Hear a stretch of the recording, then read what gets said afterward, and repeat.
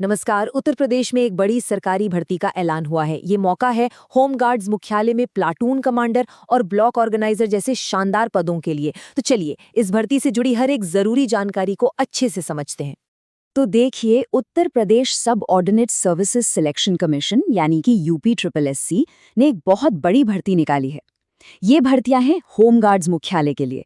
इसका जो advertisement number है वो है 10 परीक्षा/2026। और हाँ, ये उन सब के लिए एक सुनहरा मौका हो सकता है जो एक स्टेबल और अच्छी सरकारी नौकरी की तलाश में है। इस भर्ती के जरिए कुल 295 परमानेंट पोस्ट भरी जानी है। ये एक बहुत अच्छा नंबर है। तो चलिए अब ये जानते हैं कि ये कौन कौन सी पोस्ट है और इनमें सैलरी क्या मिलने वाली है। तो सबसे पहले बात करते हैं पोस्ट, वैकेंसी और सबसे जरूरी सैलरी की। आइए देखते हैं कि इस भर्ती में क्या खास है। अच्छा, तो पदों का बंटवारा कुछ इस तरह से है। ब्लॉक ऑर्गेनाइजर के लिए है कुल 243 वैकेंसीज और प्लेटून कमांडर के लिए है 52। इन सभी पदों को अलग अलग रिजर्वेशन कैटेगरी में बांटा गया है, जिसमें जनरल, OBC, SC, ST और EWS सब शामिल हैं।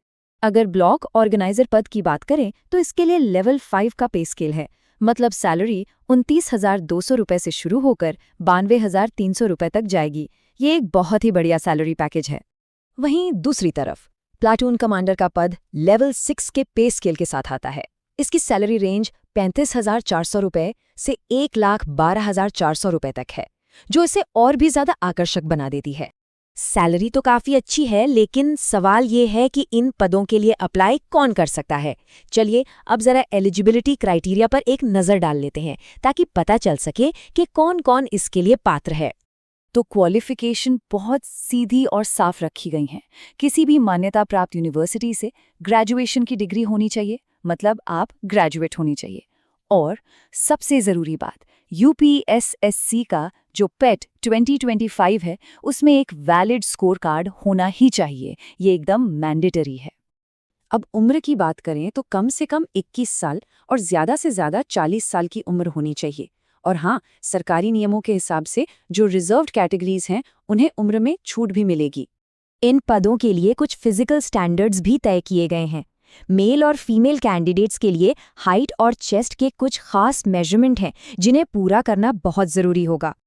तो मान लीजिए कोई इन सभी क्राइटेरिया को पूरा करता है, तो फिर आगे क्या? अगला स्टेप है सिलेक्शन प्रोसेस को समझना, जो कि कई स्टेज में होने वाला है।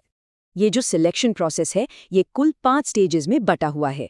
इसकी शुरुआत होगी PET 2025 के स्कोर के आधार पर शॉर्टलिस्टिंग से, और ये फाइनल मेरिट लिस्ट तक जाएगा। बीच में आपका रिटन एग्जाम और फिजिकल टेस्ट भी होगा। एक बात का खास ध्यान रखना होगा, और वो है नेगेटिव मार्किंग। जो मेन रिटन एग्जाम होगा उसमें 100 सवाल होंगे, 100 नंबर के, लेकिन हर गलत जवाब पर 1/4 नंबर कट जाएगा। तो बहुत सोच समझकर जवाब देना होगा।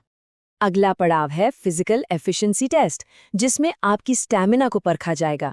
इसमें मेल और फीमेल कैंडिडेट्स को एक तय समय के अंदर अलग अलग दूरी की दौड़ पूरी करनी होगी।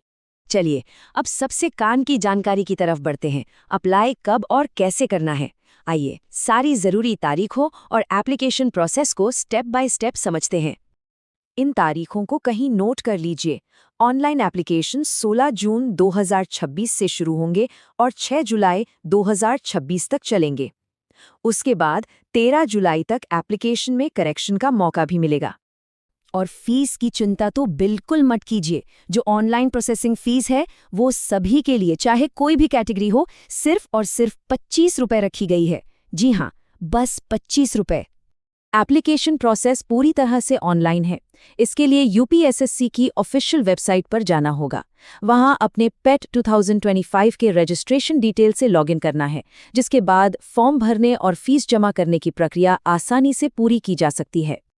तो ये थी UPSSC की इस नई भर्ती से जुड़ी सारी खास जानकारी। सैलरी, एलिजिबिलिटी और सिलेक्शन प्रोसेस, सब कुछ देखने के बाद अब फैसला आपका है कि क्या ये अवसर आपके करियर के लिए सही है या नहीं। The full notification link is available in the description.